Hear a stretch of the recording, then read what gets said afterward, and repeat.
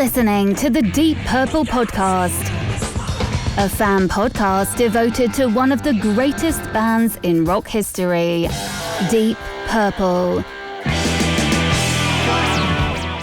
Your hosts, Nate and John, cover their shared history with the band, discover new music together, and cover the farthest reaches of the Deep Purple family tree and beyond.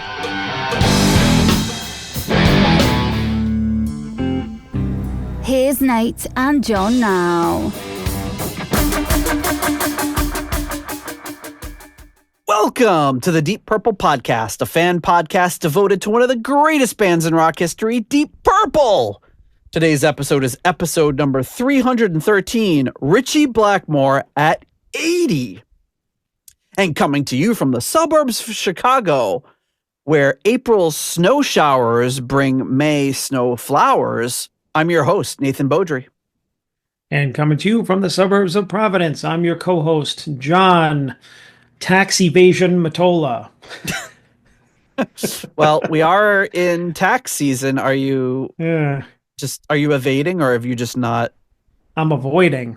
I say avoision. Avoid tax avoidtion. Rich and Steve will know what I'm talking about. Oh, is this Simpsons thing? The avoision. I know. I say avoision. I know it's evasion. I say avoision.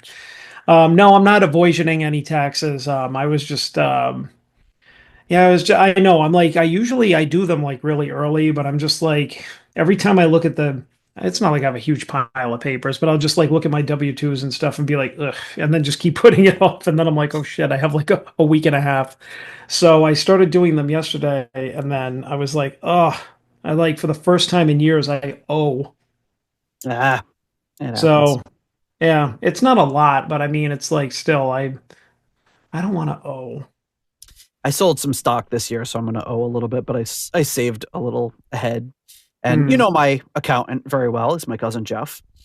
So of course. He's I actually just texted him this morning. I was like, do we have to, because I hadn't heard from him a little bit. So I was like, do we have, usually Jen does all the communication with him about it. But it's like, do we have to extend or file for an extension? He's like, nah, I'll get you done before the 15th.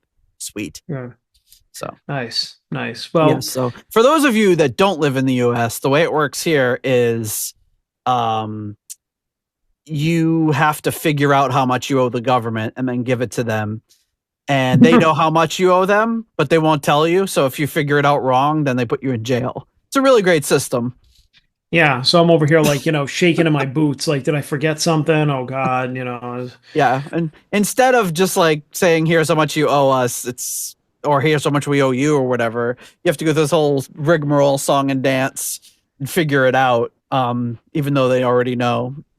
So it's pretty well. I mean, I don't know. My encounters with anybody in an official capacity has never been that great. Like I was called to. I don't know if I told this story before. Like I was consistently being like getting these letters for jury duty, and like every time they were, oh, it's going to be on this date. It was always in the summer. Always, like, I'm not even kidding. Always when I was going on vacation, like literally going to be out of the state. So I'm just like, well. I can't, Yeah. So I would like give them the excuse. And the first couple of times, like this really nice lady on the phone. Oh yeah, just send you, we'll just, send you a thing like in a few months or whatever. We'll just push it down the line. So we kept kicking the can until the last time. And this last time I just didn't want to do it. And so I can't even remember, but I called up and the guy on the phone was a real bitch. He was just like, you've already delayed it like 2 or 3 times. You have to go. And I'm like, well, I'm not. And so he's like, well, we need proof. And so I don't know, somehow I sent him proof, and I don't know. I haven't heard from him again. It's been like a year. So I think I might've got out of it. I don't know. They would routinely call Jen for jury duty before she had citizenship. Yeah. So they'd be like, you have jury duty. She's like, I'm not a citizen. And they'd be like, oh, okay. Like she'd have to call them every time. she's like, oh, I get called for jury duty again. So she'd have to call them up. It's like, could you like put like a little mark in my file to stop doing this because I can't serve on a jury? And now that she's a citizen, she hasn't been called. So how did they even get her information? The not stupidest thing. They do it based on what do they do it on? They think they do it based on like if you have a driver's license or something, which is stupid because you can have a driver's license when you're not a citizen, instead of doing it based on if you're actually a citizen. Well, and I had another guy that used to work for me, and he was the nicest guy in the world. Such a great guy. He's a hard worker. We have special needs. And he comes to me one day, he's like, Nate, look at this. And he goes, they called me for jury duty. He's like, what's wrong with these people? I can't do jury duty. I was like, man, I don't know what to tell you. Like, I just, give him a call. Tell him he can't do it. But he was like shaking his head. He's like, oh, unbelievable. Hey, hey, whatever you can do to, use it to your advantage, right? Yeah, but much like the IRS thing, it doesn't make a lot of sense the way we do it. But hey, that's bureaucracy for you, folks. But we're not here to talk about bureaucracy. We're here to talk about Ritchie Blackmore. But first, a note from our sponsors. As you know, the Deep Purple podcast is 100% listener supported and ad-free. So if you receive some value from our show, please consider giving us some value back in the form of a donation. You can donate for as little as $1 a month on PayPal. On Patreon. We also accept PayPal, Cash App, Ko-fi if you want to do one of those payment methods. Doing so gets you access to our patrons only Discord, our ratings episode. You can join us on live streams. You can rank albums. Am I forgetting anything? I should probably write this down because I've been doing it off the cuff for 300 plus episodes. And I don't really listen, so I don't know. So he doesn't know if I missed anything. But hopefully we'll still be around for 300 more episodes. I did get a notification from our podcast host. It said, we found some third-party content in your podcast. So I clicked on it, and it lists just about every episode we've ever done. But every single song you have to go in individually and make an appeal for. So there's probably like 3,000 things I have to appeal. Jesus. And it's a very quick process, but you have to do it like 3,000 times. So I've been doing them like over the course of the day when I had a spare minute. And it says right now I have 159 hours left to review this episode. So I'm hoping we don't get kicked off of the podcast platforms or off of Spotify or any of that. So keep in touch with our socials and all that in case something like that happens. But so, for example, the most recent one I have to click is episode number 216, Michael Schenker Group, the Michael Schenker Group. So this one just has one song. So I'm going to do it right now. Armed and Ready.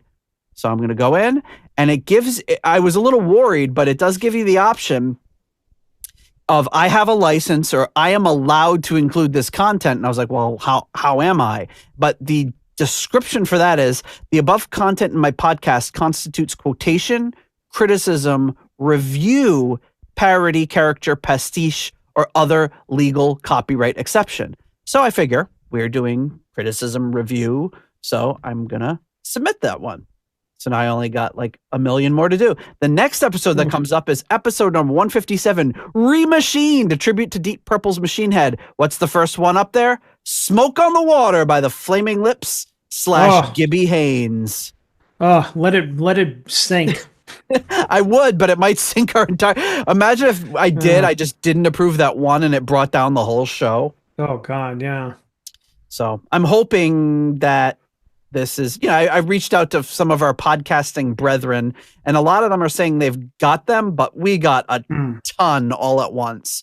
So I'm hoping I can go through and put these exceptions in. And once I do that, then I'll just have to do them as they come in, I guess. So always thought this day may come where we get called on that, because it is kind of a gray area, and they're within their rights to say, no, you can't use our music in any particular way. But when you think of how many podcasts do it, right, there wouldn't be many left, especially in the music arena. So here's to hoping that this episode or the next one isn't our last. Oh God. Stay tuned. Or we'll just have to do like a real quick refresh, or what could we do?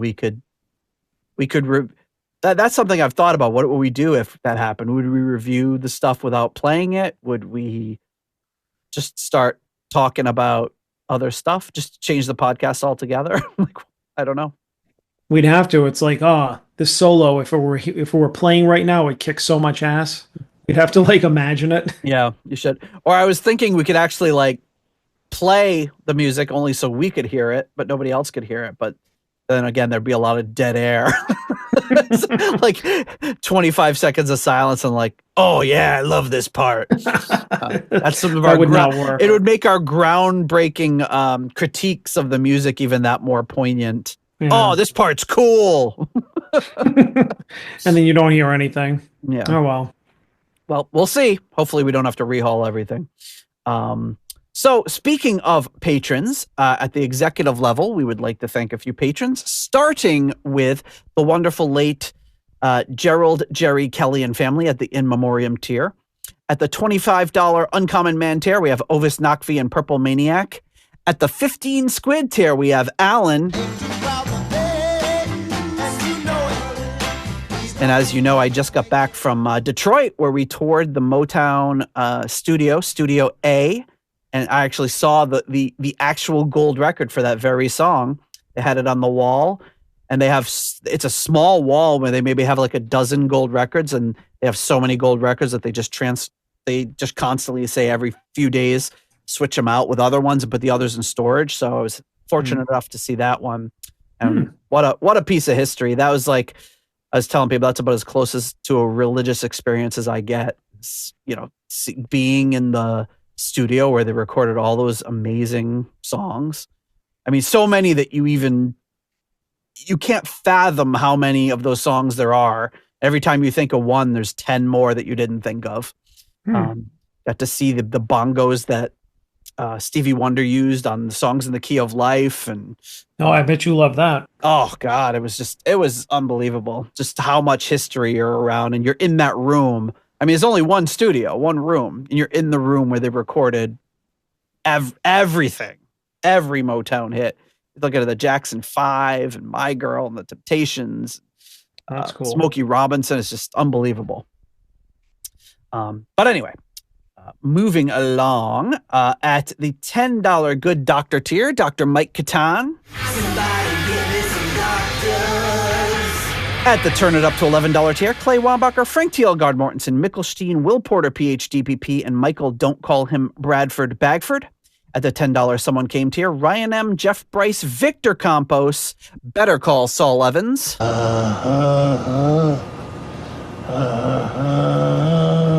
And Peter from Illinois. And at the Deep Thoughts by John Matola tier, Mr. Fielding Fowler. And now, Deep Thoughts by John Matola. Wait a minute.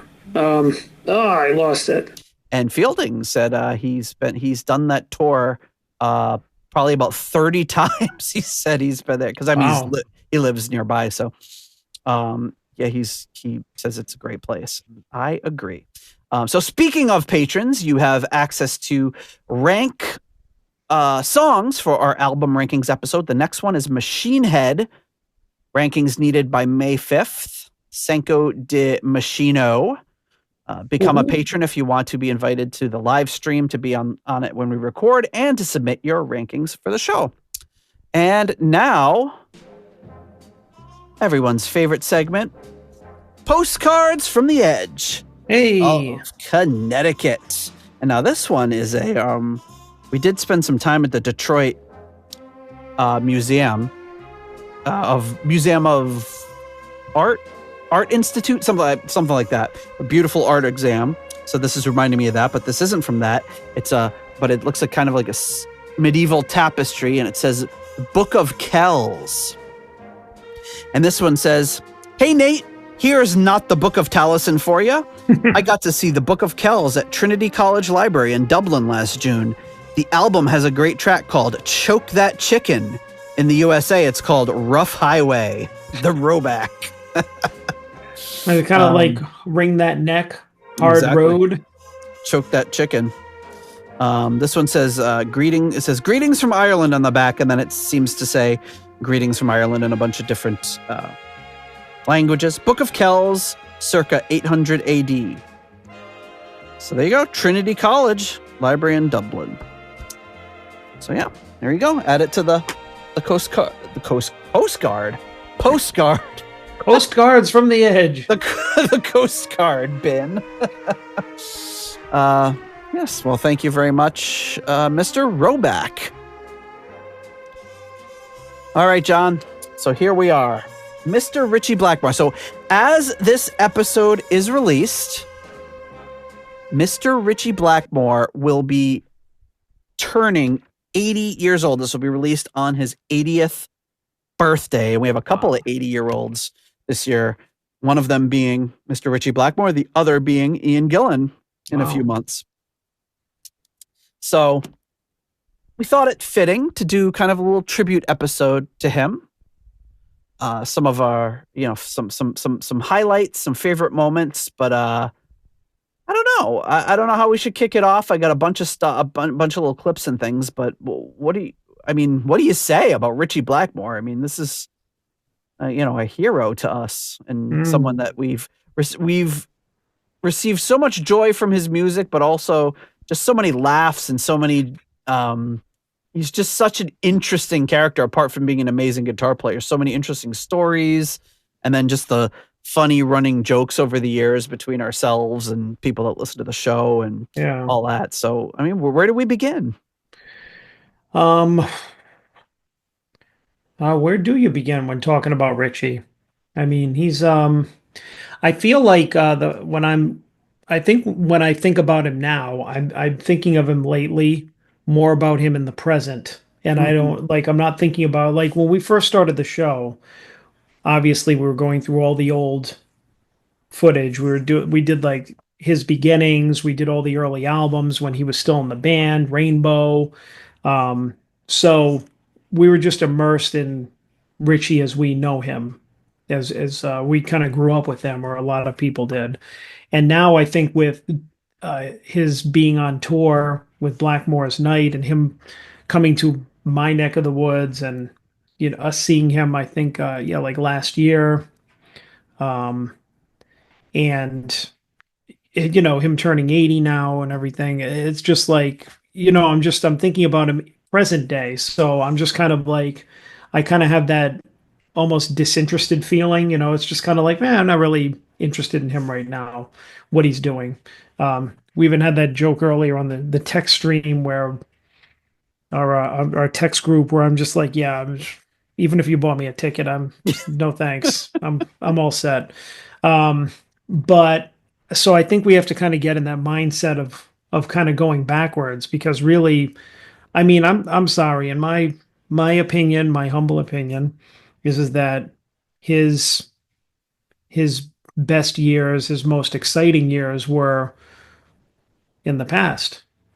I mean, and that's not, I don't think it's too much of a stretch to say. I mean, it's great that he is still active and doing things, but it really, I don't think that it holds the interest or the influence that, the formative years did. So, yeah, when I think about Ritchie, yeah, I mean, I think about how we grew up with him just being this really just unbelievable, like an eccentric genius. And I've actually gotten to kind of step back in time a little bit with the with Scott's podcast, and I kind of listen to it as I can, which is great because he does each song, so you could in and out 20 minutes. So I just kind of, one of those things where I just kind of pop on and listen to it when I have time or between other episodes. And I'm still on the self-titled album. I'm not even into the Gillan era yet, but hearing Ritchie's evolution again from the first album to Deep Purple, self-titled, I'm just like, wow, like what a progression. Yeah. I mean, I always knew it and I always thought it, but yeah, from being kind of that session player to kind of how he was not really had found himself on the first couple of albums to how he was just getting there before in rock, and then he became total like influential kind of icon level player. Yeah. So that's what I think of. Ultimately, when I think of Ritchie, that's the period I think of. Is just like how he's always kind of reinvented himself and his style a little bit. Because then once he ended in Purple, he stepped into Rainbow, and that took on a life of its own. And then he went back to Purple, and that kind of continued his style and what he was doing with Rainbow. And even some clips, I'll see some clips online of stuff that he was doing, like Perfect Strangers or even Nobody's Perfect era, where I was largely just kind of been like, well, it wasn't as good as the early stuff. And now with the passage of time and him really being slowed down a lot, you're just like, wow, he was still tearing it up when he was, doing his traditional thing, in the 80s and everything. Like he was still bringing it the same way that he did in the 70s. So Yeah, when I think of Ritchie, I guess my introduction to him, probably other than the obvious songs you heard on the radio, would have been. I heard Jesus Christ Superstar, found out this guy who did Jesus was in a band, and me and Paul picked up some of their albums, and so for me it's that era from, like, say, Speed King through Perfect Strange. I'm sorry, not Perfect Strange, but Nobody's Perfect, and even House of Blue Light, and then like the Rainbow, like Rising, probably just Rising in the first Rainbow album. I don't know that I got too much deep in. I definitely didn't get too deep into the JLT stuff. At first when I first discovered it, but when we got into the band, he was still in Deep Purple for the second time. So that's kind of like the heyday for me personally, although I'm sure most people would probably agree that everything from Speaking through Perfect Strangers is the big one. The Mark I albums just weren't, I mean, they were around, but they weren't like as easy to come by, at least for us in the early 90s in the States. So yeah, that's kind of what I think of. And I remember, one of the first things listening to was that Nobody's Perfect, and hearing him do the dueling thing with Gillan on the vocals and stuff, and just thinking, wow, it was really cool. Like, this guy who's this incredible singer was in a band with the guitarist that was his equal. And then you start learning the stories about, they didn't get along so good and all this sort of thing. Yeah. And then, you hear that kind of mystery. And I remember just the early days of the internet, like finding the Highway Star and also just like news groups where they were talking about Deep Purple, and you pick up little tidbits here and there. But yeah, Ritchie was, and is just, such an interesting character, an interesting player, interesting interviewer, interesting prankster. And I thought we could just kind of touch on all of those little facets of his personality on this episode, because there's so many little things that really do pop up. If you want to talk about like the earliest thing I have is something we've played on the show before, but I'll play it again because it's very short, but is this video of Ritchie from his first group. I should say his first group, but one of his first projects, which is The Outlaws. And that is, of course, the song Law and Order. Yep, that's the one where he was dancing. Been on the scaffold. And seeing him do that, he's got a little bit of a camel toe in those pants. You see him doing this little dance. Of course, Mick Underwood on the drums.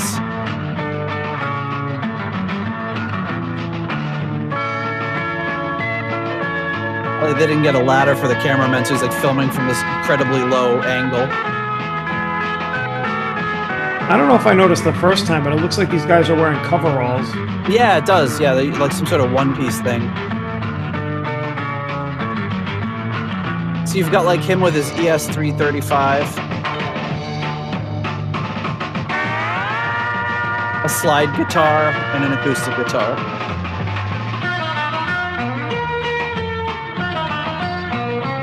A 12-string acoustic, I should say. But look at them, they're babies. Look at Mick Underwood. He looks like he's 15.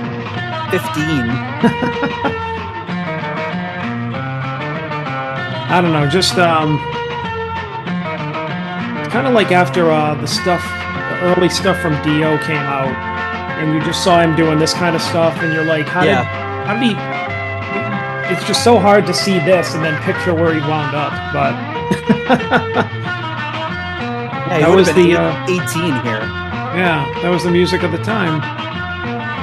I mean, could have been as young as 17, but depending on what time of year. But Ritchie? Yeah.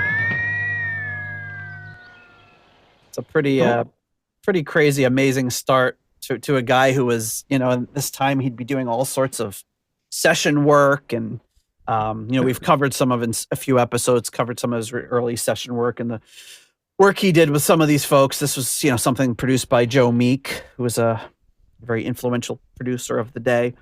But, that's where I can't find a earlier video than that of Ritchie. And we played it on one of our very, very first episodes. We played it since then, but. Yeah, I think we played it at least a couple of times. We haven't overplayed it, but. We play it every 100 episodes or so. Yeah, but that's now what year was that? 63. 60. Yeah. Okay. So it was a while. It was a while before Purple. Yeah. So 5 years before they even really began to form Deep Purple. So, but I figured some good things for us to talk about would be, some of it. I mean, he's known for his solos, obviously, and his guitar playing, and I've got a few picked out that I think we can talk about and figure out which ones we're going to play from a few different eras. Then I've got some kind of a analysis on his playing, and then some kind of talk about his personality and maybe one of the things we came up with early on in the show, like probably in the first 10 episodes or so, was the phrase "Ritchie refuses." Or Ritchie refused, because it seemed to come up so often where it's like Blackmore refused to play an encore, Blackmore refused to play the show, Blackmore refused to play Before Dusk, and it just kept coming up again and again. So why don't we kick it off looking through all the clips here on maybe some of his. There's this great clip of like different interviews and stuff that I'll put in the link to in the show notes of just some it's just called Ritchie Blackmore trolling. Because he's notoriously unreliable as an interviewee. Like you just don't know. And you don't even there's interviews I had heard for a while, like a bunch of times. And then you go back to him later and you're like, no, he's this isn't real. Like he's not telling the truth, but he does it in such a deadpan way that unless it's really obvious, you just can't tell. So I will put a link to that in the show notes. Here is, before we get into the trolling though, here is a link to him talking about a practical joke that he was trying to play Candace thought he was trying to play a practical joke on Cozy Powell. But it sounds like he was playing a practical joke on both of them. So let's take a look. It's the same issue as all of my things where everything starts with Ritchie Blackmore. Here we go. Well, Cozy and I were big practical jokers. Trouble was, Cozy always went far too far. I would go so far, but if you played a joke on him, look out. He was going to kill you. So I had a truce with him. No more jokes. I won't play a joke on you, and that came about via the chateau in France. So now we could fast forward to one of his interviews that he was doing outside our window when we were in, where was it, Denmark? I think it was Sweden, the festival. Sweden, as we were doing a Swedish festival. He was playing with Peter Green. And he had the journalist there, and he was holding court, telling his story. Of course, it was right beneath my window, bedroom window, and I was above him, our bedroom window. So I went, oh, this could be interesting. So I said, Candy, get the video camera, and you go to the other window over there. So you've got an angle to see Cozy and what I'm doing and what he's doing. She's like, okay, right. So I'm out the window videotaping Cozy, not having any idea what was going to happen. And Ritchie goes out the other window with a giant glass of water and dumps it on Cozy's head and then disappears. So I'm videotaping and Cozy looks up and I'm the only person who's left there. She's videotaping him. And he just looked at me anyway. I'm like, oh, great, thanks. You totally set me up. Yeah, I didn't set you. You set me up. My point was, I expected you to jump back so Cozy wouldn't see you. I love how he just turns it on her. He's like, "Oh, it's your fault." Like she's like, jump back. You totally set me up. He's like, yeah, yeah, that's right. I never knew like that. That Ritchie was really like that until we did the show, and you picked up on that because I think you went through a lot more footage and interviews and stuff with him, and then when you started talking about, oh, he's so deadpan, you don't know when he's joking and blah blah blah, and I didn't know any of that really until we started doing the show for the past several years. That was his kind of sense of humor. So like really anything that he said in written interviews and stuff that I grew up reading, I just always took as right, yeah, serious. I don't think that I remember reading anything that was too crazy, but it's like now knowing that you have to look at everything through that lens of like, is he fucking with you or like what? Right. Well, it's hard to tell when he's actually talking, but if it's written out, it's almost impossible. You don't know. Yeah. Is he weird? Is he joking? Is he doing this seriously? But there is this great interview that sadly I reached out to try to see if anyone had a copy of it. Could not find it. But years ago, it was like from like 2013. And I remember seeing the whole interview. I don't think it's super long. Maybe it's like 15, 20 minutes with RT Russia Today. And there's this young Russian woman interviewing him. And it's him and Candace like at a picnic table outside. And they're just, and he is this poor woman. He is just taking her for a ride. And I don't think on the one hand, you feel bad because you're like, oh, Ritchie, you're doing this poor woman. But I don't think she has any idea that he's making stuff up and lying and just being a goof. And, there's also the language thing, too. She obviously speaks English, but not as a first language. So, and I just remember watching it years ago and laughing hysterically. And it was also like Candace is just like laughing the whole time. And she's also at the same time trying to reel him in. And it's basically impossible. And it's just so funny. But the whole video has been taken down off of YouTube. Can't find it anywhere except for two brief little clips that might give you a little sense of what he's on about in that video. So here's the first one. This one is Ritchie Blackmore on death. We all have to look within. I think a lot about death more than life because we're going towards death. And I think death is very important. I think it's going to happen to all of us, most of us, not all. Some of us might get away with it. That's what Bob Dylan said. Bob Dylan came up to me once and he said, "Hey, who the hell are you?" And I kind of admired him for that. What did you answer? I just walked away with my... What the hell is he talking about? Just making it up. And here is the second clip I was able to find from that video. The whole video is like that. That's why it's so great. Here's the second one I was able to find. Bob Dylan came up to me once and he said, "Hey, who the hell are you?" And I kind of admired him for that. What did you answer? I just walked away with my head down and continued to look out of the window. He was looking out of the window a lot too. I think it's important. People today don't look out of the window anymore. They're too busy having a contraption in their hand and doing this. You know that thing they keep pressing? They walk across streets and they're pressing buttons and talking to people and sending emails. And then the car runs them over and they wonder why. Did you have many friends? Well, I haven't. Poor woman. And she's like just asking all these questions totally. Like Bob Dylan said, "Who the hell are you?" And she's like, "Oh, then what did you say?" It's like, he didn't say anything because that never happened. That's like, then, you're on your cell phone and you're looking down and you get run over by a car, and then she's like, "So how many friends did you have when you were younger?" Ideas. Now I want to see this whole interview.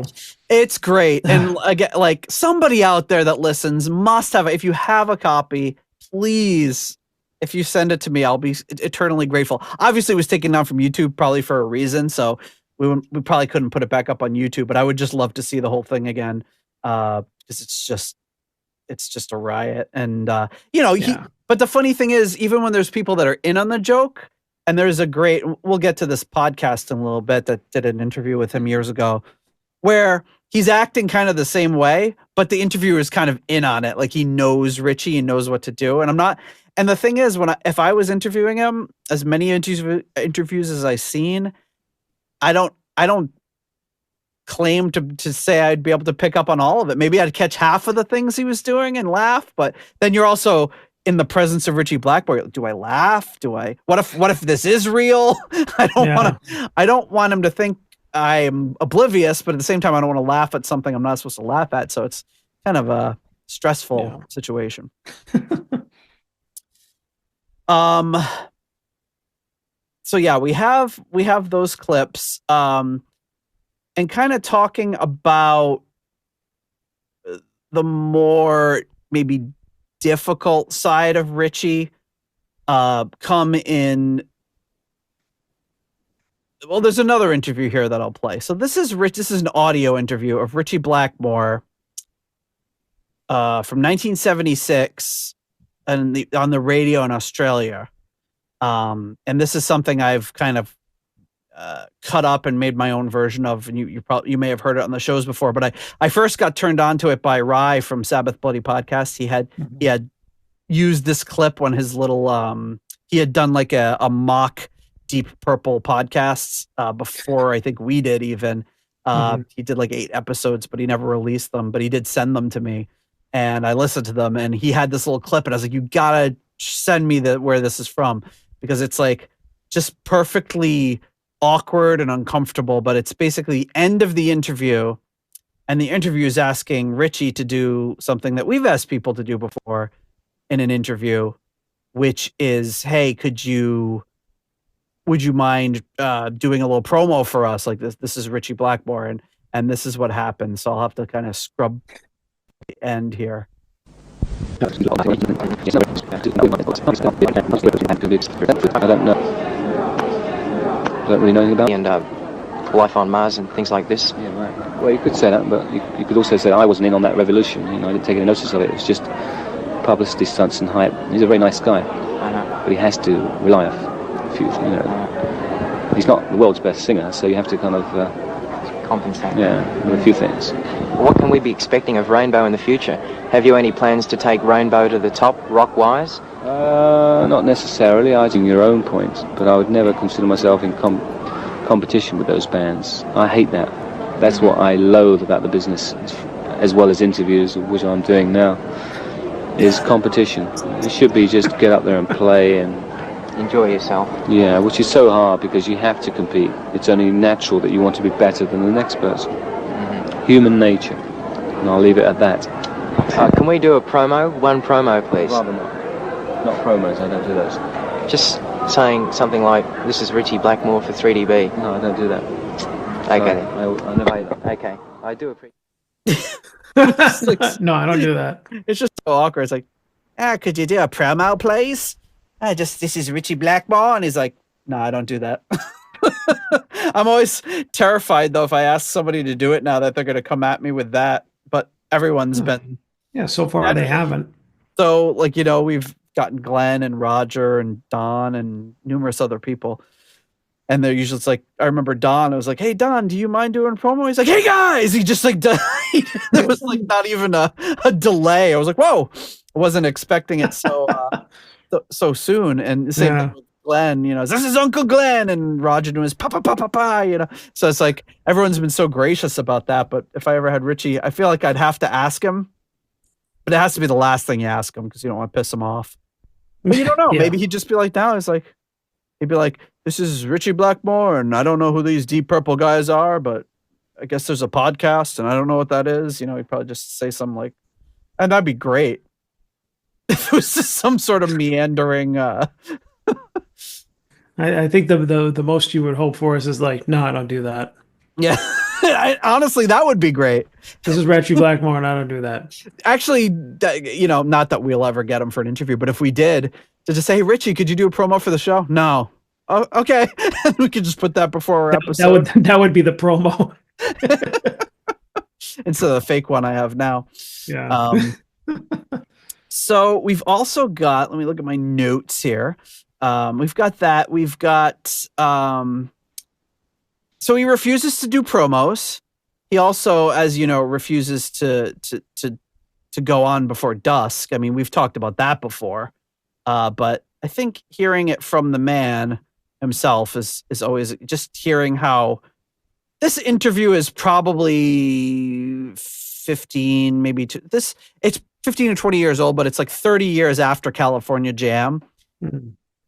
And to hear how annoyed he still is about the whole scenario. Jesus. It's just great. Like, he's still seething about it. And it's just like, well, that happened a long time ago. But yeah, let me see if I can find that. Here it is. April 74, California Jam. I mean, it doesn't get any more pompous than that, does it really? That's true. John Coletta, the management, called me up 6 months before that festival and said, they want you to do a California Jam. I said, no thanks. I'm not interested in any more festivals. They're a nightmare. There always will be. There's always complete catastrophe backstage. Nothing ever goes right. You're always on late or early, or the billing is all wrong. It's just awful. He said, well, I spoke to the rest of the band, and they want to do it. It's just you. I'm just trying to get your okay. I said, well, I'll call you back on that. So I called the rest of the band. And I said, has John Coletta called you up? And they go, no. So I knew what he was up to. So he called me back again. So what do you think? I said, well, for a start, the band is not okayed it. They don't know what you're talking about. You're lying. Okay. I said, you know what? I might do it, but we have to write down all these conditions because I'm tired of doing festivals. We'd done about 8 before that, and they were always a nightmare. I said, I do not want this to happen again. If we're going to do it, we've got to do it under our conditions. Absolutely. Whatever you say, no problem. We're topping, along with ELP, I said, okay, well, these are the conditions, and I wrote down.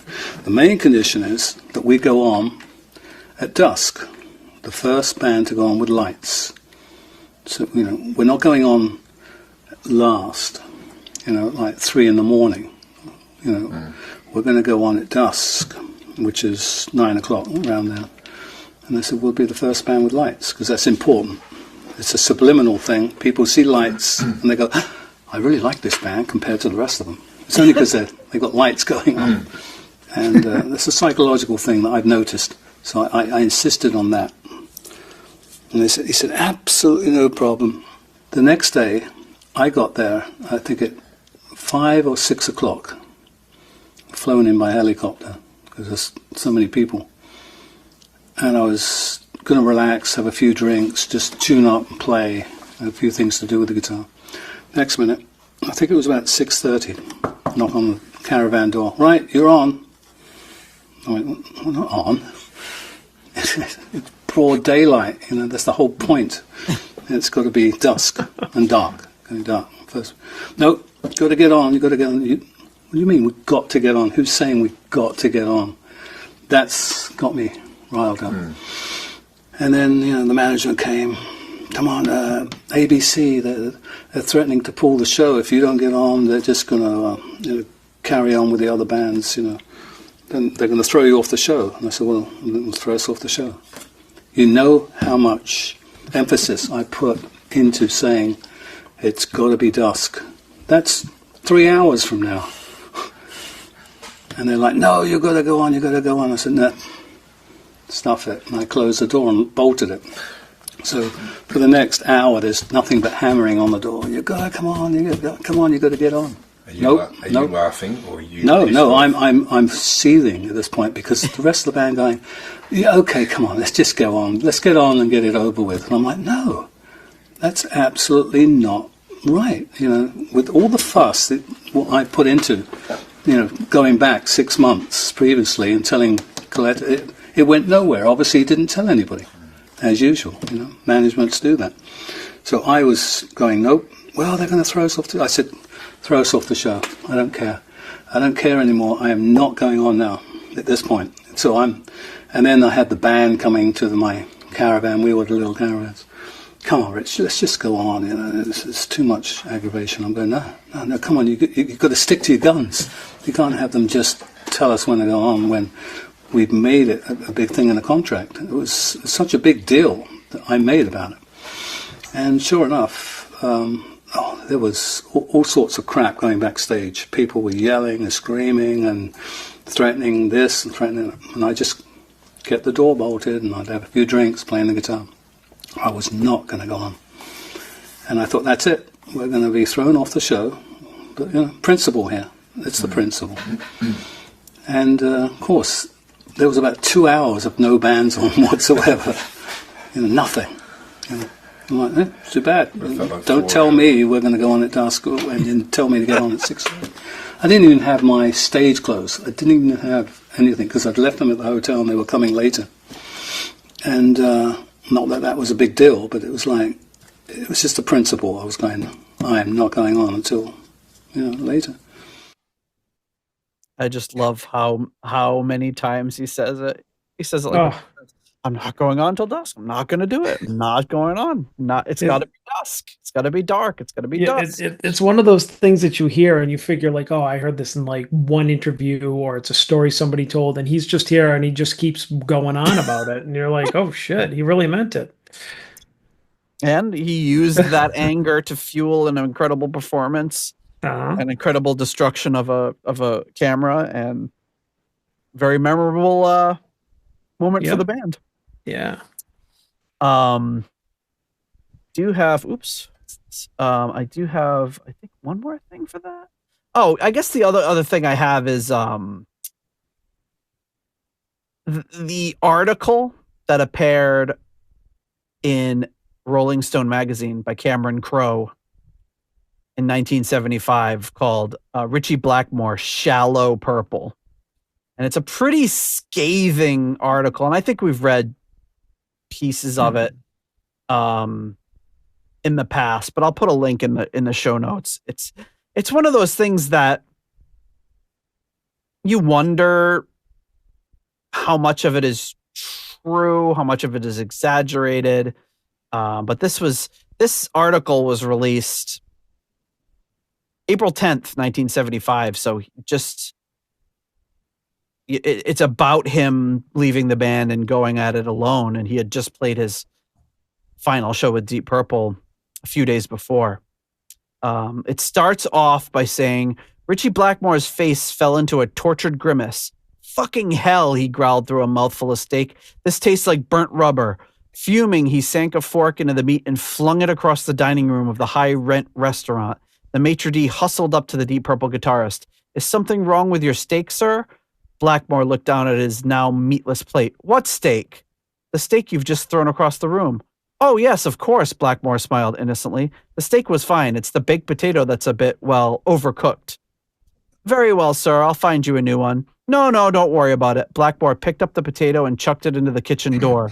Could I have my check, please? And then it goes on from that. So obviously paints a very almost unbelievable picture of Ritchie Blackmore being a huge asshole. So, yeah. I mean, is some of it true? Probably. Is some of it exaggerated? Maybe. Probably. We don't know. Kind of would like to as I was talking to Jen, she always asks, I don't know why, because she doesn't really care, but she's like, what's the show today about? I was like, oh, it's about Ritchie Blackmore talking 80. And she's like, well, didn't everybody hate him? It's like, well, not really. I think he was sweeping difficult. Generalization. Yeah. I was like, not, I think he pissed off a lot of people, but I don't think, there's definitely a lot of people who owe a lot to him, and he's got some great stories. Yeah, I don't think hated is a word I think of when I think of him. No, and it's just like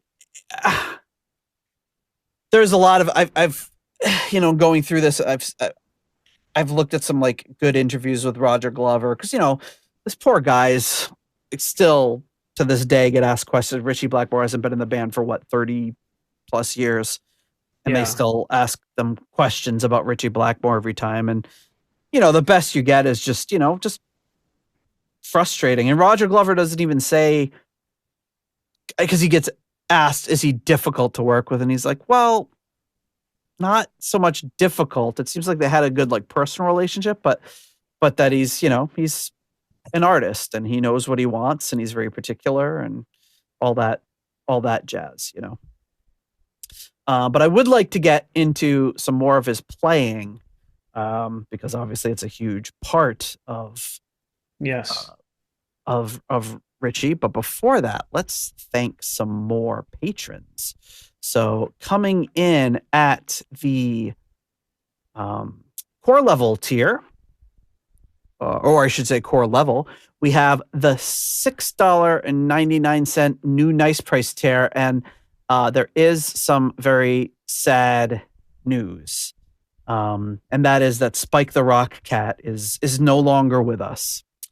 He is now Spike the Rock Cat's ghost, according to Mr. Fielding Fowler. So Spike lived a long and happy life with his father Fielding and mother Sugar T. And the ripe old age of 19, he's gone on to the cat rock show in the sky, watching feline rock bands such as, I don't know, Cat Zeppelin.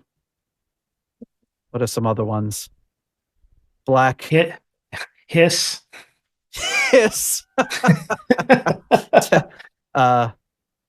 Black Tabby Sabbath. So Spike the Rock Cat is on to possibly another one of their 9 lives. Who knows? Yeah, that's true. But you know what? There's no way that any of those lives could be loved more than the one he was in now, between all of our patrons and the wonderful Fielding Fowler. But his memory lives on. We've seen the loss of a couple of good pets recently, and our thoughts, we keep them in our thoughts, as well as their wonderful owners. So again, Spike the Rock Cat's ghost and Sugar T representing the $6.99 new nice price tier. At the episode $6.66 tier, we have Steve Coldwell. Steve. Arthur Smith. Getting support from the patron Arthur Smith. Anton Glaving. Pain in the glaving. And Charles Meadows. At the $6.65 almost evil tier, we have Kenny Wymore and Richie Sucksmith. At the 70 Norwegian kroner tier, Kai Runa, yes, I'm Norwegian Olsen.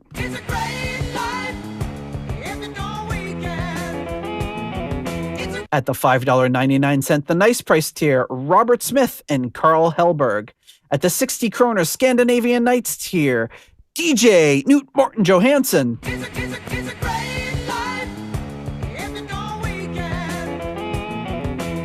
At the €5.50 tier, we have Merlin Rota.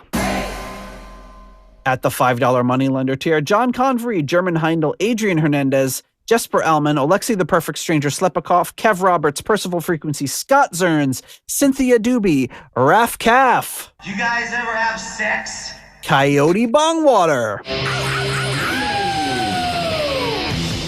John Maselli.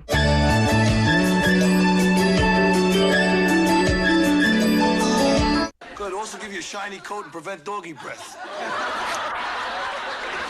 Sarah Sanders. Knock Kelly Clarkson! Jelly Bean, Evan Robeson, Richard Fusey, and Purple Swede. Hookah shaka, hookah, hookah. Swede? Sweet, sweet, sweet, sweet, sweet, sweet, sweet, sweet. Thank you so much to all of you for your generous support of the Deep Purple podcast. All right. So the wonderful patron, who you know as Eddie Lyon, Homosexual. is curated, I should say, a list of some great Ritchie solos. But if we played all of them, I'd have a lot of fair use things I'd have to approve, and it would be a 9-hour episode. But there are some obvious solos. I think we'll skip over some of his Mark I first 2 album little solo bits that we've joked about recently. Although I am looking forward to clipping some of the little segments so we can throw them in as little stingers here and there. But I figure we could kind of go through these. Some of these are a little obvious and some of them not so much. So I figure we could watch some of these and listen to some of these great solos and kind of see. So I've got something that has come up, and you talked earlier about Scott Haskins' Smoke on the Podcast. And because he's crazy and does 4 episodes a week, I just got back from a week-long vacation, and now I'm backed up by 3 episodes because he releases so many of them. So, usually after I take a little trip, I'm backed up on my podcast, but now I'll never catch up. But I am actually on the Speed King episode. But so he just got done doing the concerto, but I feel like this solo from his first solo from the concerto is something that is so representative of his personality. This is him going off script, him intentionally sticking it to his band and the orchestra and the conductor and being Ritchie. And I think it's just a great solo. Yeah. But so here we go. I'm going to load up the concerto, and it looks like for you, I'll have this in the show notes. His solo starts, we're going to start around the 6:45 mark is when he really kind of kicks in. So here we go. And I'll right about here.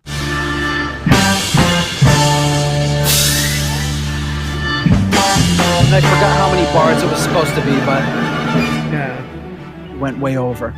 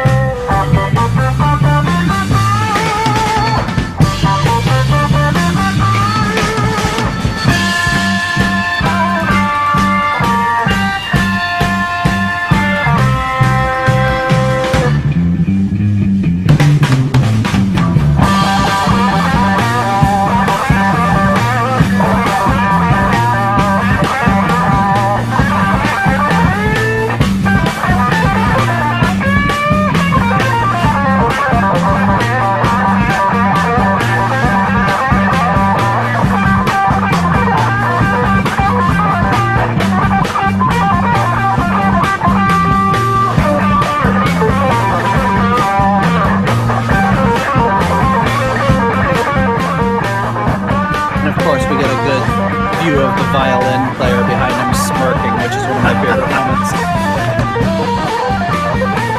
I like the guy dancing in the audience. That is a good one too.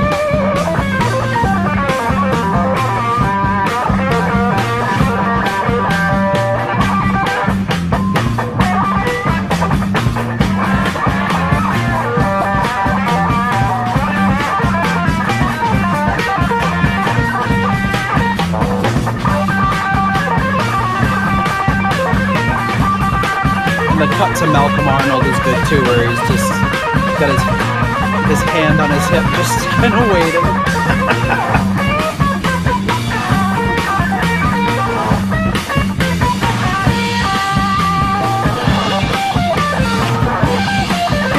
He's like browsing through the score.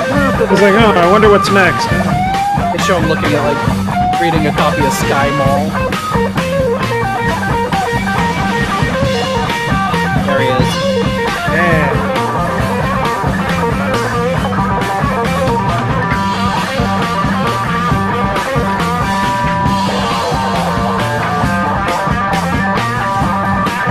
See the trumpet player tapping his foot. Oh no, it's a English horn, maybe. He likes it, he knows it.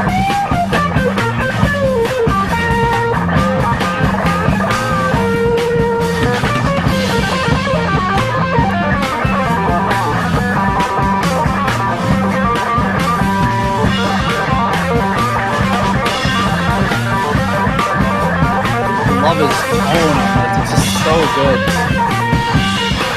Oh yeah. Malcolm Arnold. I love it.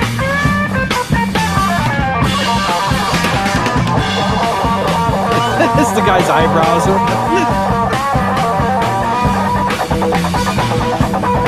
Where he looks over at the other violin player.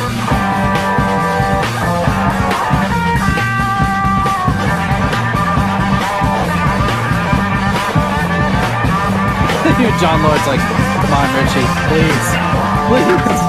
Bring it home.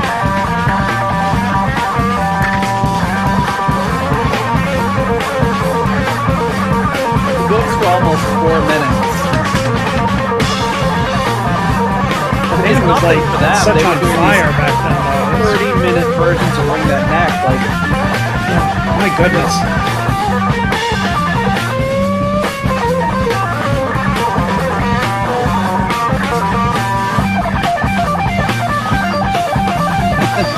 there you go.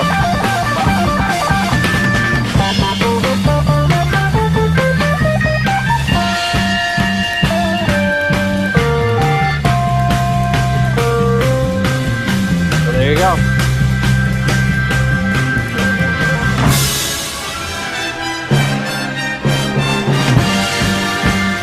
This is my favorite part coming up, so I'll leave it playing. Yes, please do.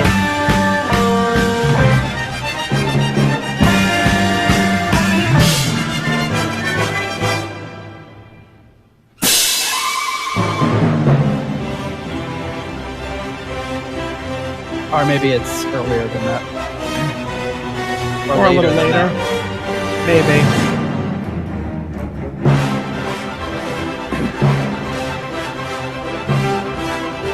These guys look like they're uncomfortably close together.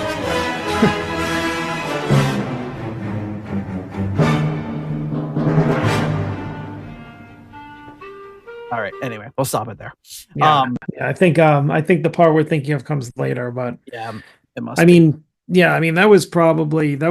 that's one of my favorite, early Ritchie solos, because he's clearly out of Mark 1 and was soloing in the middle of all those stuffed shirts, showing him how it's done.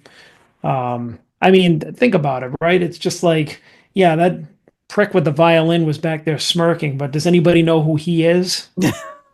Like No. 60 years later or whatever it is? I don't think so.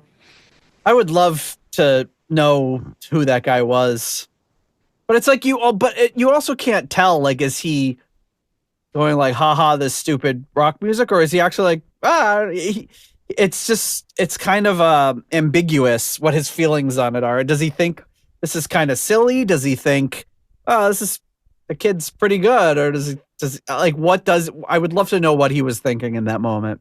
I don't know. I always thought back then, like, the feeling I got was that there were all these stuffy old guys that are just kind of like, oh dear, like the rather. It's like, well, I mean, there's probably a paycheck, so they're going to show up anyways. But it was stark contrast to the second concerto many years later, where they had a lot of more age-appropriate musicians. But there was just something about like the contrast, like not only between the orchestra and the band, but the ages of the people that were in the orchestra and the band too. I don't know. I just made it so cool. But people looked so much older back then. Like that guy's probably younger than we are, but he looks like he's like 80. It's just like, oh, he's 40. It was like, oh shit. He's like, what? I would be surprised. Like he's 37. It's like, oh no. But he's got these big bushy eyebrows, and he's like, oh. I mean, it is true. I mean, if you look at friggin' like those memes that we'll occasionally send, back and forth with our group, showing like, Archie Bunker and all these people and how old they really were back then, and we're just like, oh god, this is making me feel old. We're like the same age or older than most of these people. Yeah, it's like James Gandolfini in like the first season of Sopranos was like 37. It's like ridiculous. Yeah. And I mean, and you're talking, and even from that, you're talking like, and that's only 25 years ago. It's but you're also talking like, 30 years from the Concerto. So even in like the late 90s, people still looked older. Yeah. It makes you wonder, like, what are people going to look like? It's going to be 50-year-olds running around that look like they're in high school. Yeah. Well, I've seen some online, but that's not without plenty of cosmetic. Yeah, a little extra help. Yeah. But anyway, that's just a classic moment to me, like we said earlier. Just the situation, the environment he's in, and it's also just that, like he's too young and cocky to even give a crap. Like I'm playing with the symphony orchestra, and I don't give a shit. I'm just gonna do my thing. I don't care. And that's kind of what we saw with this thing at the California Jam. I don't care. Mm-hmm. How many people were there? They say anywhere between 250,000 and 500,000 people there. I don't care that they're not going to see any music for 3 hours. They told me dusk. Yep. I was very clear about dusk, and they didn't deliver. Who would do? Most people, like the rest of the band, would just be like, "Hey, man, shit happens. Let's just go on now." And he's like, "Nope, I'm sticking by my guns. I'm going to hold up like 500,000 people. I'm going to hold up a symphony orchestra of it's probably like 2,000 years of playing experience there. I'm going to, I'm going to do what I'm going to do and what I want to do right now." So it's like one of those things that you could see how it would infuriate people, but you also kind of have to respect it. I guess it's easier when you're not being directly affected by it. Yeah. But speaking of, that's a very early Mark II solo, but speaking of, California Jam. I think the standard one, the thing that I always think of with that is his solo in Mistreated, his opening, his solo. But Eddie did put on a You Fool No One. So I would like to. That's another one. I would like to do a little clip from that. The solo part starts, it looks like around the 5.5 minute mark here. So let me just scrub through here. Now we're talking the studio version, or this is live? Not the right one. No, this is the live version. Which one? Of the California Jam. So where is it?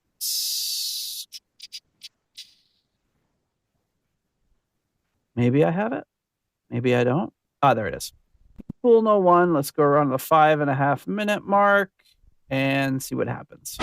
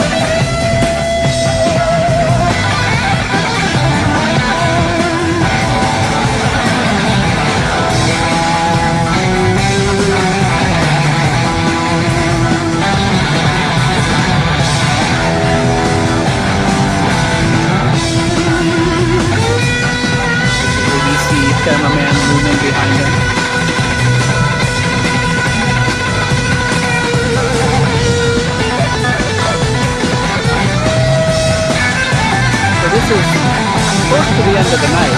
They only played Space Trumpet after this.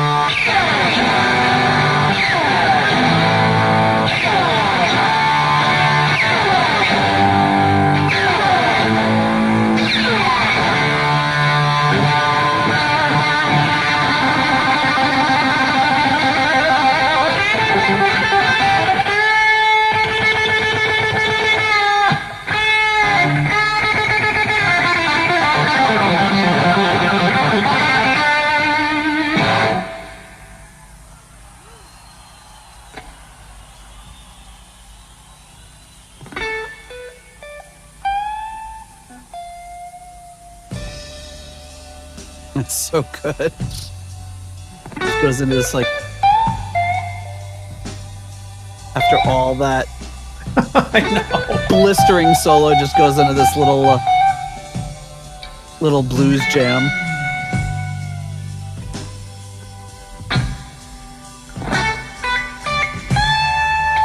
One of my favorite things about this concert too is he does so much dynamic changes like this. Mm-hmm.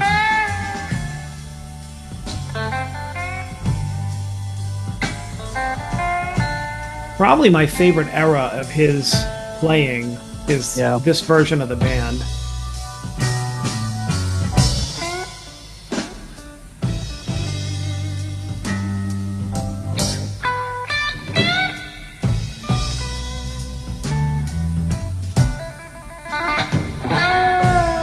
Because I know you're a sucker for the I always have been. And he conducts himself, you know. Well, we always got a kick out of that.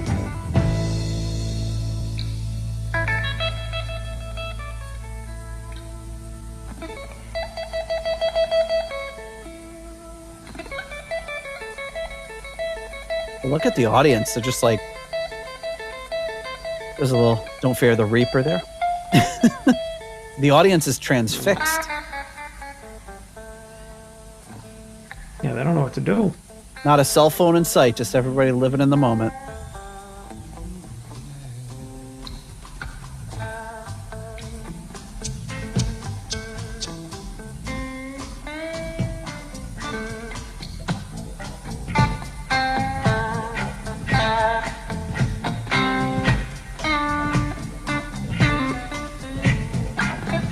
I love Coverdale just stands like direct center in the stage and just like looks like he's giving it everything he's got. He's like, oh, he's got this pained expression. He's not even doing anything. He's just like, oh. He's just grooving out until he realized, wait a minute, you could use this time to have sex backstage if you want. He probably found that out years later. He's like, oh shit, I wasted a lot of time. All those wasted shags. And that old trick that he brings in.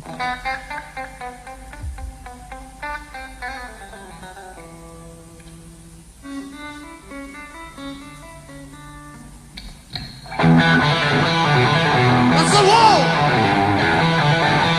There we go.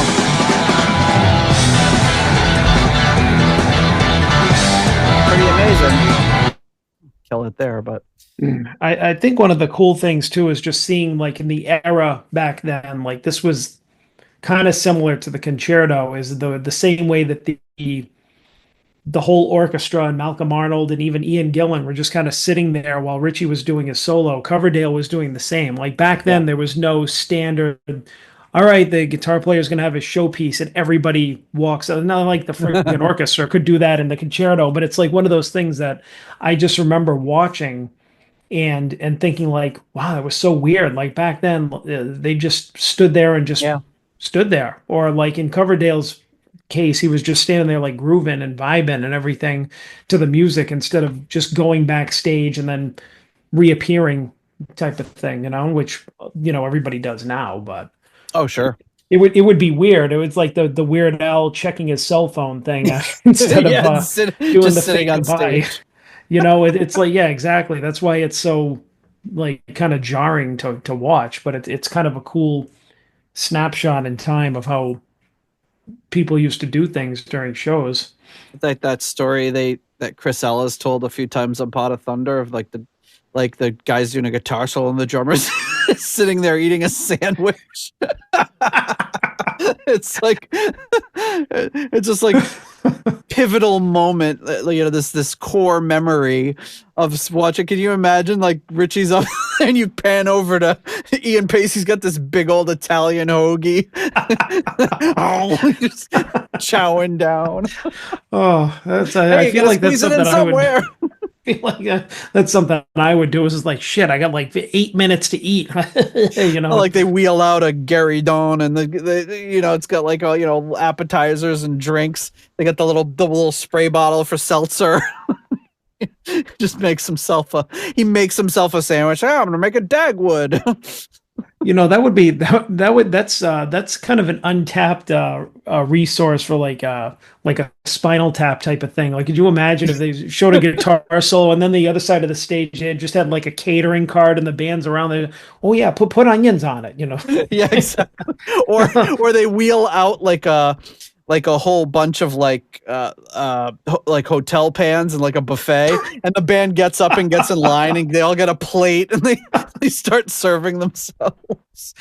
Oh, I mean, technically they have enough time, so yeah. Oh god, yeah, during some of those solos. Oh my goodness. Oh shit. But yeah, that's another one of my favorites. It's got to be, I mean, there are a lot of great eras of Ritchie, but I think for me, he hit that sweet spot right around the Burns Stormbringer era of his playing. I just so enjoyed his solos, his soloing, just everything he was doing, because everything was getting a little more mid-70s, little funkier, a little more swing to it.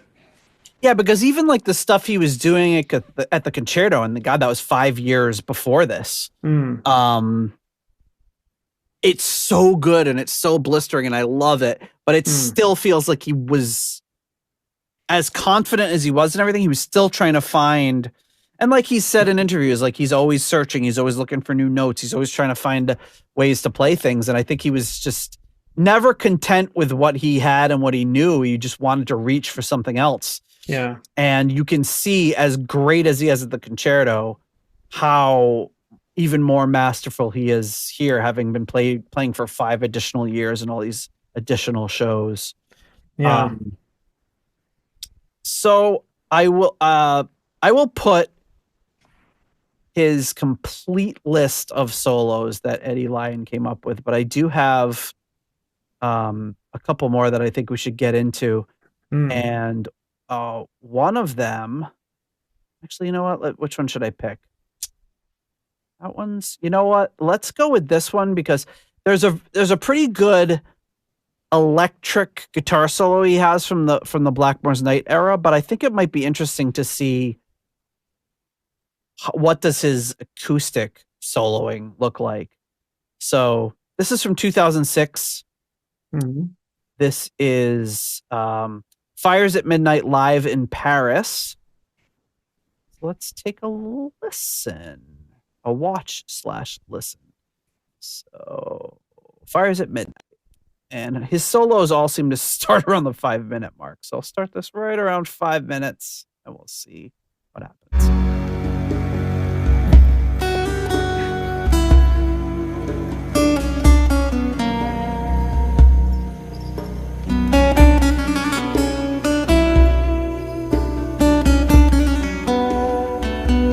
If you think about this, God, this is almost 20 years ago. Wow.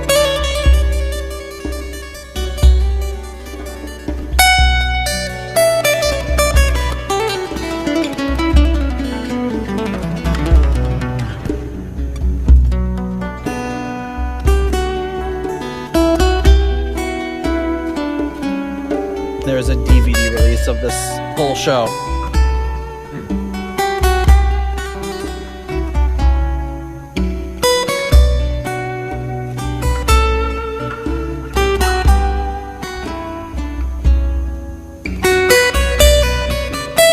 This is all finger-picked.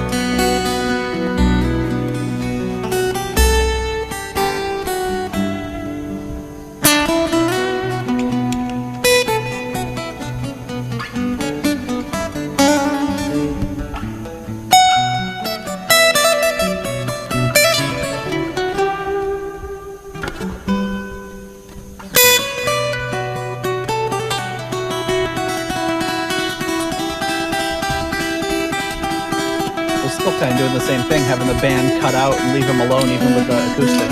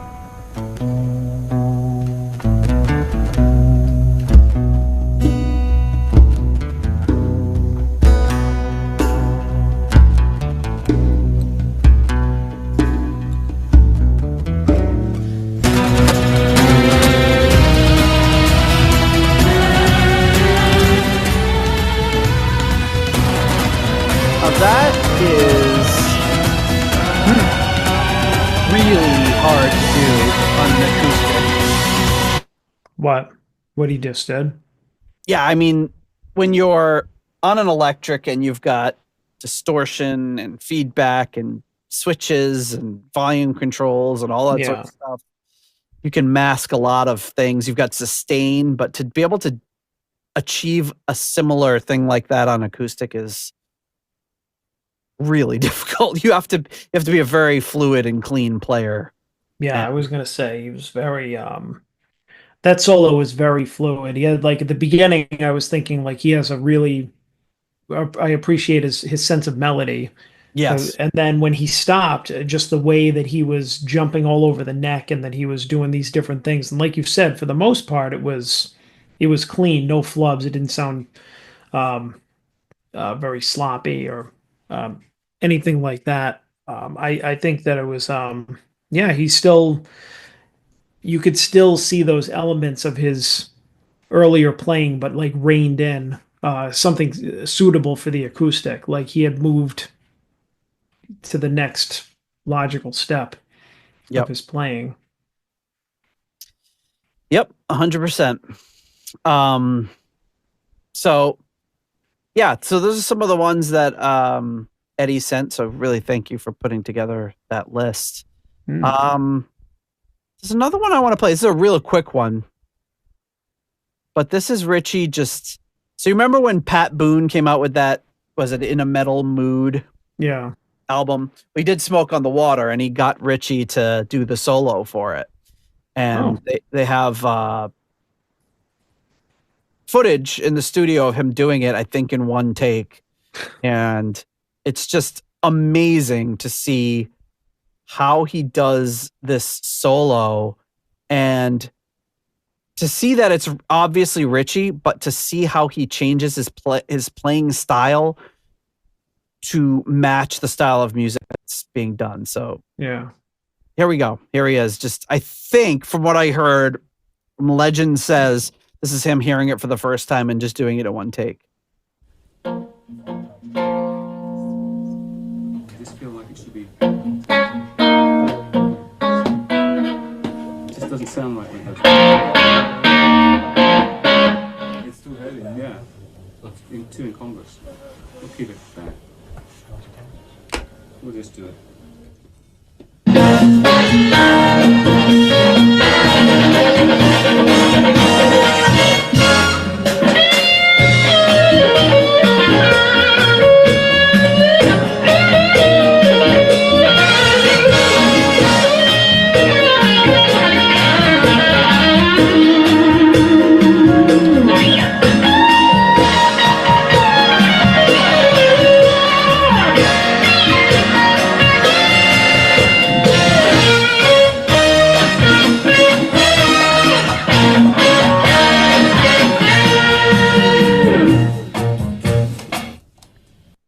Wow. He also reminds me, it sounds really like Santana at first. I was gonna say it just sounded like Carlos Santana playing it.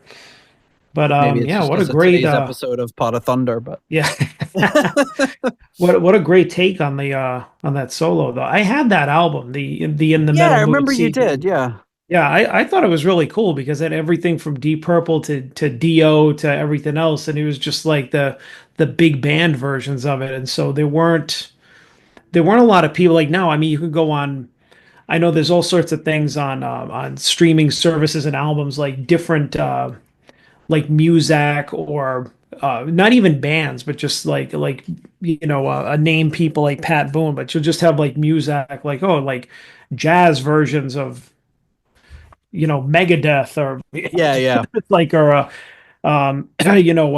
there was like a Reggae Kiss. There was another one. It was just all different genres of popular songs that are meant to kind of like make them palatable but still familiar in different situations. And so back then that was really something you didn't hear. So that was a groundbreaking concept, but yeah, it's like, yeah, I thought it was cool. I loved it. It's like there's a million versions of that out now, but yeah. All right. So I think we could, there's a few things we could close this out with. Yeah, let's do a few more. I've got let's see. I think we could talk about, or we could show some of his contemporaries or other musicians what they think about Ritchie Blackmore. Let's take a listen. We can start here. I believe, before I want to check, make sure I have it, Mr. Brian May. Let's see what he has to say. Brian, when were you first aware of Deep Purple? Oh, when I was at university. I was at Imperial College, early days. I was very much aware of their first album with Hush and everything on there. And Ritchie Blackmore already was a legend. I was together with Roger by that time, our Queen drummer. And Roger had worked alongside Ritchie before that in his previous groups, I think down in Cornwall. And Ritchie was a figure of mystery and wonder already. You know, Ritchie Blackmore was something incredible. I mean, nobody could play like that in those days. And it's hard to imagine. It's like going back to, you know, I'm an old man now, you know, I can talk about these things. It's like going back to before the time there were wheels, you know. People did not play like that in those days. You're looking at people who played sort of jazz, very kind of safe and rather mellow, and apart from Django Reinhardt, rather slow, you know. But Ritchie came along and he's a fireball, you know. He really is, he's beyond belief. His technique is incredible. Where did that come from? I have no idea. He's able to play very fast, very accurate, and very passionate. He's wanging the guitar all over the place. He's using his tremolo bar, you know. He's making the whole thing into a completely different instrument. And this is before Hendrix. You know, so Ritchie really is a great originator and creator of the wild electric guitar. Like you said, he's wanging his guitar around. But yeah, it's pretty. Seeing somebody of Brian May's stature talking about Ritchie like that is pretty good. Brian May strikes me as a kind of guy who's like, seems like a really nice guy, like a really cool guy. Some of these other British guitar players, maybe not so much. Clapton. And maybe Ritchie too. But Brian May always seemed to be somebody who had a lot of respect for his fellow guitar players.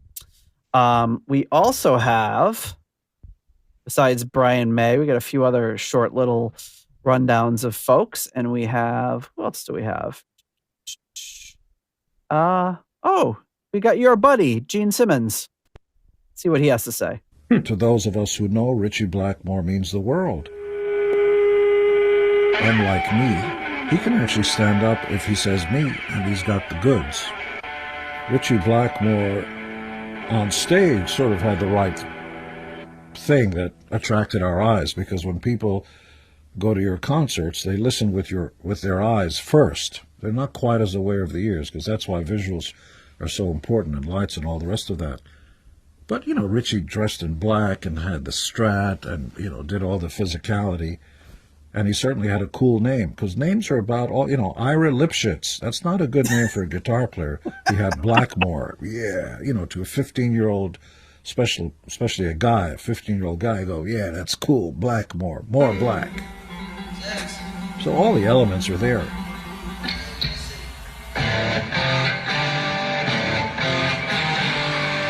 Today, here, and almost anywhere, when that first 13, 14-year-old kid picks up a guitar, he's going to be playing Ritchie's riff.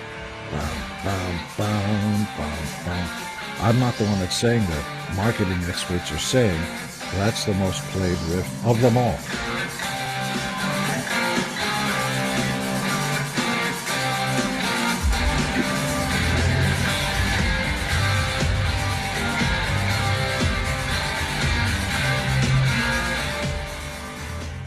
I think it would be great if we discovered, like at this late stage in the game, that Ritchie actually was a Jew from Long Island named Ira Lipschitz.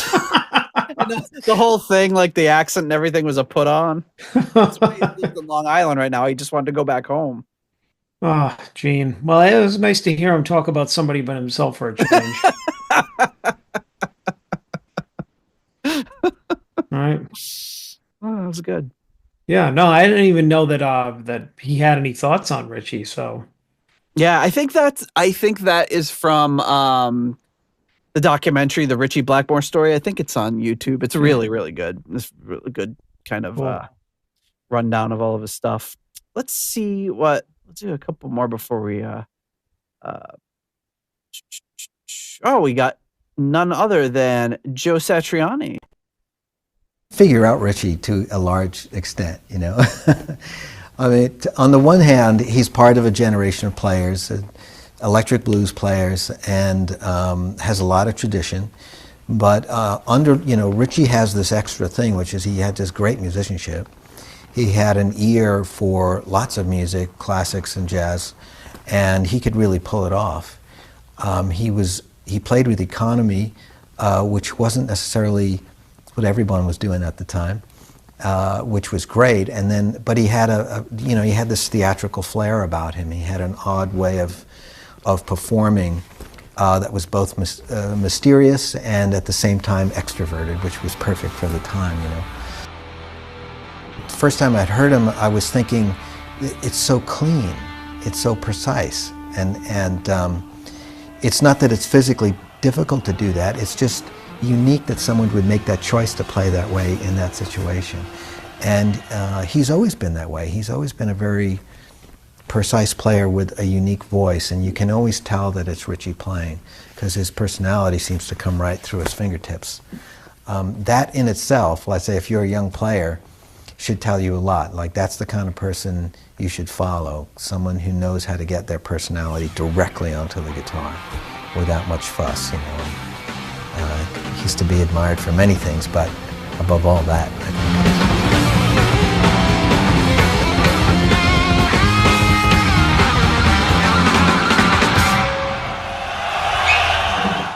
I love when you're listening to one of these things. Like, I didn't notice putting these clips together, but when you get the headphones on and you just listen to Joe Satriani, it's like, he's wearing a leather jacket. All you hear is squeak, squeak. It's so loud. You just want to be like, as the person like doing sound for the interview, just be like, hey, Joe, I don't want to be the one to ask this of Joe Satriani, but could you take off the leather jacket? We are recording your voice. So loud in the headphones. I didn't honestly. I didn't really notice. I was paying more attention to what he was saying. Maybe it's more on my end, but it was just like so distracting. We got one more that we have to do, and this is of course our pal Yngwie. Influencer. Nu har det blivit dags att ta en titt på ett av banden som fick Yngwie själv att plocka fram sin Fender Stratocaster. Jag får se vad jag kan göra.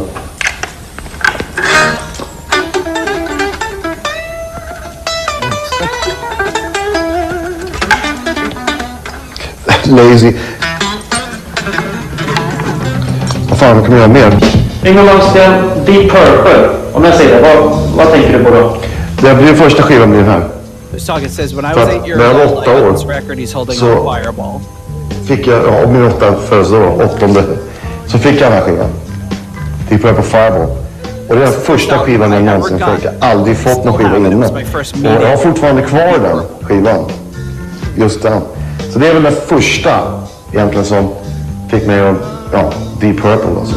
Ja, men du måste ju träffa Ritchie Blackmore. Ja, många gånger. Vi hängde ut 1985 när de kom ut på den här. Så där bodde i Kalifornien så gick jag och kollade. Vi hängde precis hela natten alltså. Snackade skit, drack öl. I'm just translating this on the fly. I don't need Jonathan for this one. Jag hade inte med mig gitarr. Så jag satt och lirade på hans gitarr. Det var rätt bra. Kom igen, det måste vara rätt band. Det måste vara så här pojkrunge. Jo, jag vet. Men det var ju trots allt 1985. Och då var det inte, det hade varit 1975. Så hade jag liksom bara pissat på mig någonting. Alltså.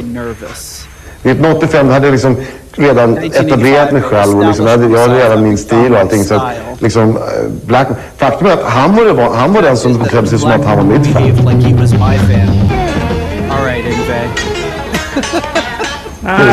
This typisk Black. Allting är penatoniskt. So this must have been before he revised history and said, I didn't really know Ritchie Blackmore.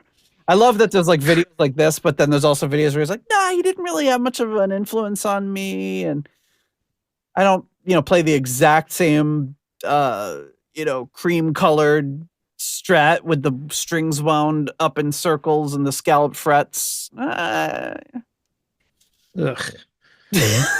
I ended it on a down note. Yngwie, what are we going to do with him? Well, I don't know. But hey, I know what we're going to do with us. We're going to thank our last level of patrons before we close out this episode. All right. And we do have a little message from Candace from a very recent interview.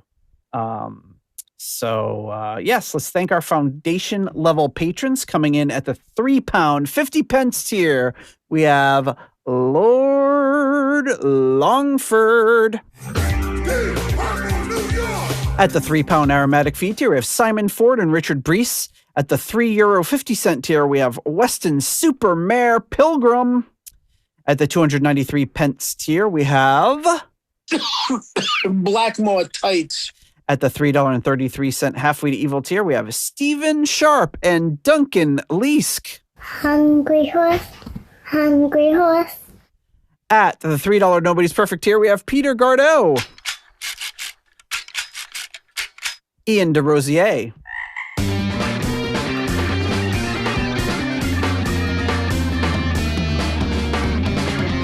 Mark Roback, Stuart McCord, Ivan Fjellbu,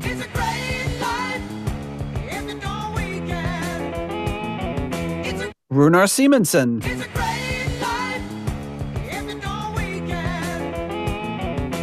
Ruinous Inadequacies, Corey Morissette,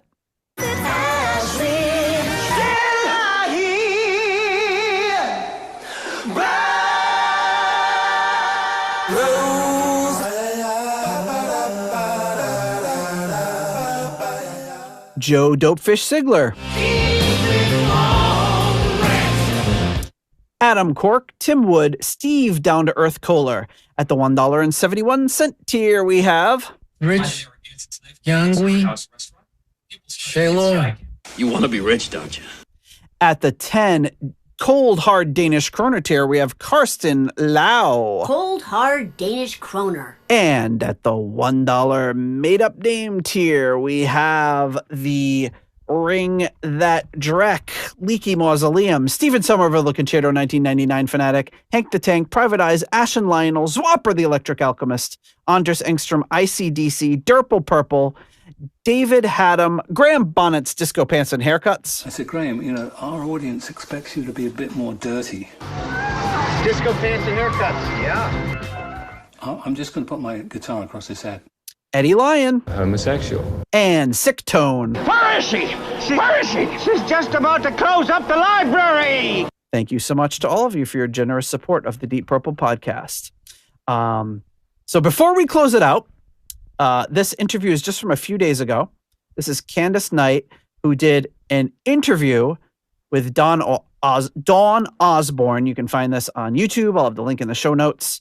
And she's talking mostly about her new album, but obviously something came up during the interview about Ritchie, and she does kind of give a little kind of talk about what has been happening to him lately. And this seemed to be news for a lot of people. I thought for me that this was common knowledge, but maybe it was just kept a little bit more quiet. I don't know. But anyway, this is kind of what's going on with Ritchie, his health, and all of that. But I'm planning on doing that. So we've got 6 dates here in America coming up. Any place we could basically drive to. Rhode Island, we've never played before. We're going to do some Pennsylvania, New Jersey, New York. So there's a few of them scattered around. And then as far as flying anywhere, right now, Ritchie has actually been told by his cardiologist not to get in a plane. He had a heart attack about 1.5 years ago. He's got 6 stents, and he's dealing, I can't believe he's going to be 80 on April 14th. So, which is crazy, but doesn't look it, still doesn't act it, but eventually, medical things wind up catching up with you. So we got to make sure we keep him happy and healthy. And he's dealing with gout and some arthritic things. And of course, his back has always been an issue for years. So it's getting harder for him. It's tricky, but hey, I've seen people younger than him in wheelchairs on stage doing what they do. So I think he probably doesn't want people to see him that way. I see the other perspective from a fan's perspective. I would think people would just be happy to be under the same roof with him and listen to him play whatever he comes up with. So we kind of have this discussion or argument. I'll say discussion all the time. But he was just recently at his cardiologist, and they said let's put traveling by plane on hold. So hopefully we'll get that all straightened out, and that'll change. But I'll let you guys know if it does. Okay, So she does a pretty good job of staying pretty rosy about that. But obviously, I mean, God, he's 80 years old. So these things will happen. Oof, gout, though. I've heard that that's not a picnic. I wouldn't think so. No. What are you looking at me for? I don't have it. Years you're ago, like waiting for me to be like, no, it's not a picnic. Years ago, my roommate had it. Yeah. And he used to work like a lot of overnight shifts and stuff. And my cousin Jeff lived downstairs from us. And I don't remember what time of day, but I was asleep. Yeah. And I just heard, it was like an old building. So you could hear like the echoing in the hallways and stuff. So we lived on the 3rd floor, and I just heard this like, oh, boo, oh, boo. And Jeff, he was a big guy, like a muscular guy. Yeah. And Jeff had helped him like all the way upstairs to get to our apartment because he couldn't walk on the foot. And he was like, he worked out a lot. So he would do like, protein, he'd eat like a tin of tuna and stuff like that. So and that's like one of the worst things you can do. So he just ended up getting gout from it. But yeah, he was moaning and groaning. And I woke up and I'm like, what the hell is going on? I just hear this like groaning and pounding. And it was my very large cousin Jeff getting my very large roommate up the stairs. And I'm like, well, at least I didn't have to help. And it was like one of those, it wasn't a winding staircase, but it was like up this, it was just went up and around, and not fun. I get it. Ritchie, arthritis, back problems, gout, it kind of cut out a bit, but she said he had a heart attack at a 6th stent. So, I mean, she's released a lot of videos lately with him, telling stories and, trying to catalog that stuff for posterity, which is really nice to have that stuff available. But it's a shame when you think about like somebody like Ritchie doesn't have like an autobiography, or even really, I mean, there's plenty of books about him. Jerry Bloom's written some great books about him, but there's not like a traditional it would be great to have like an in my words sort of thing from all of these guys. But I just, somebody like Ritchie, I don't think that's his thing. No, I think you would have to, best we could hope for is a authorized biography. Right. Or unauthorized, very well written. Or honestly, I just think what Candace is doing, which is like setting up a camera and being like, hey, tell us about this. Or somebody asked about that, and just let him go. That having those sorts of things of him talking in his own words is great. And there's tons of interviews. Those interviews I played earlier, there's a series by that same guy. And they're all really interesting. It's just, you don't even usually hear the question. It's just Ritchie talking for 5 minutes with the answer. But yeah, with 80 years old, and like I said, in a few days he's playing in Rhode Island, and I was really trying to look to make a way to make that happen.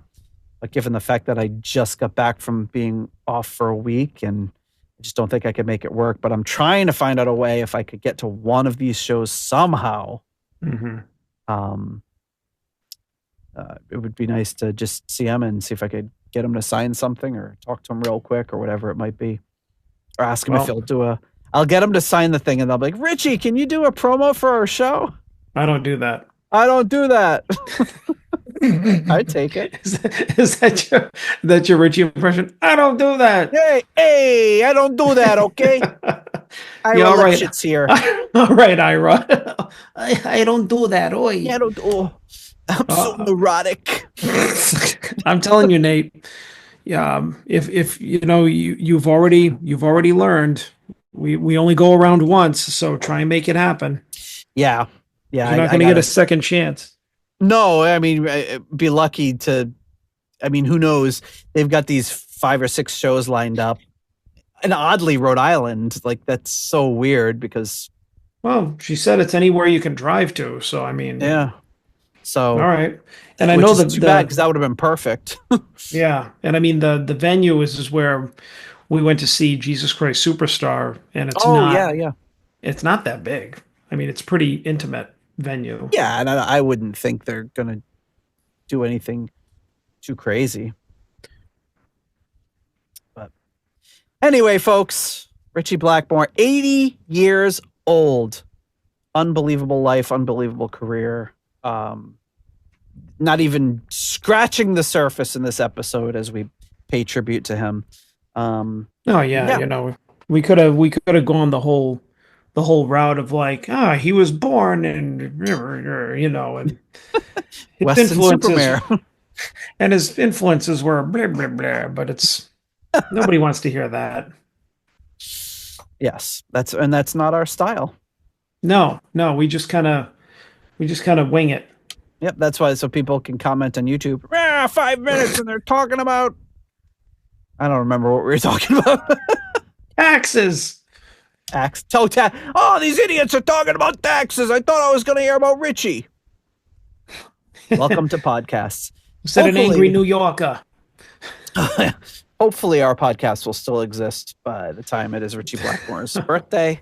I'll keep approving those things saying that it's fair use. And in my heart, I know, or in my brain, I should say, I know that what we're doing is fraught. It's dangerous. Everybody does it, but at any point, if people want to make a stink, they could just pull all of this stuff down from YouTube, from podcast platforms, whatever. We knew that going into the show from day one. But at the same time, I hope that under fair use and, you know, the fact that we're doing a critique of it and all that sort of stuff, that we could get some leeway since we are reviewing this stuff and this is not a substitute. We're not distributing the music for free because nobody wants to listen to us talking over the music instead of the actual music. Yeah, as we've made perfectly clear. But sure, I know that that's their priority. Is like let's send 3,000 things to a podcast that reviews the Fancy album because that's so popular and they're going to make so much money off of it. Okay. Steve Coldwell had a good one when we were talking to him earlier today. It was just like, why don't they just send 3 cents to each of the artists that you played, and that should make up for the royalties they missed out from streaming? I was like, yeah, that's a fair point for Spotify. Exactly. I talked to Andy a little bit today too about where they're hosting and stuff. So if we need to have a backup, I think we got a pretty good plan. But until then, folks, hopefully things will just continue along the way they have. If not, I don't think it'll be just us. A lot of podcasts will disappear, and we don't want that to happen. So maybe we'll see you. Maybe we won't. Ooh, who knows? Yeah, now it's like you don't know about not only what's the next episode going to be, who knows? It's like, will there be an next episode? Who knows? Oh, we don't know, but what a way to go folks, we will talk to you later. Maybe. If you like the Deep Purple podcast and would like to support the show, please consider joining our Patreon or donating on PayPal. Patrons get full access to the podcast, Discord server, ratings, spreadsheets, and live stream invites. You can also leave us a 5-star review on Apple Podcasts to help new people discover the show. You can follow the show on Blue Sky, Facebook, Instagram, or Threads. You can also check out the website at deeppurplepodcast.com for show notes and more. Contact us via email at John or Nate at deeppurplepodcast.com. Thanks for listening.